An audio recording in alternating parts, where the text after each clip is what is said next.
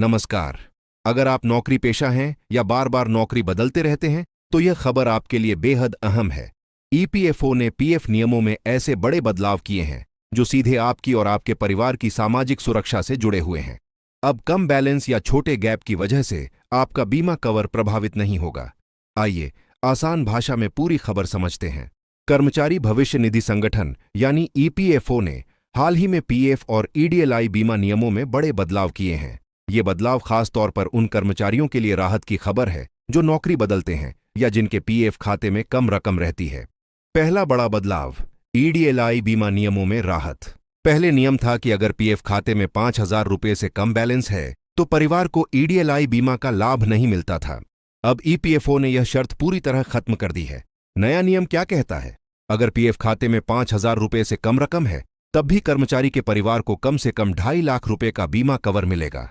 इसके अलावा अगर कर्मचारी का निधन आखिरी पीएफ योगदान के 6 महीने के भीतर हो जाता है और वह कंपनी के रोल पर था तो परिवार को ईडीएलआई बीमा का पूरा लाभ मिलेगा।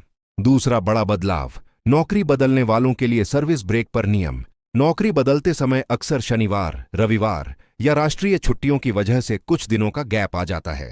पहले इसे सर्विस ब्रेक मान लिया जाता था जिससे पीएफ और बीमा से जुड़े फायदे प्रभावित होते थे। अब नया नियम, शनिवार, रविवार या राष्ट्रीय अवकाश के कारण आया गैप सर्विस ब्रेक नहीं माना जाएगा। उदाहरण, अगर आपने शुक्रवार को नौकरी छोड़ी और सोमवार को नई नौकरी ज्वाइन की तो आपकी सेवा निरंतर मानी जाएगी। सबसे बड़ी राहत, अगर नौकरी बदलने के दौरान 60 दिनों यानी 2 महीने तक का गैप भी हो जाता है तब भी कर्मचारी ईडीएलआई बीमा लाभ का हकदार रहेगा। कुल मिलाकर ईपीएफओ के ये बदलाव करोड़ों कर्मचारियों के लिए बड़ी राहत लेकर आए हैं। अब न तो कम बैलेंस चिंता का कारण बनेगा और न ही छोटा जॉब गैप आपके परिवार की सुरक्षा में बाधा बनेगा।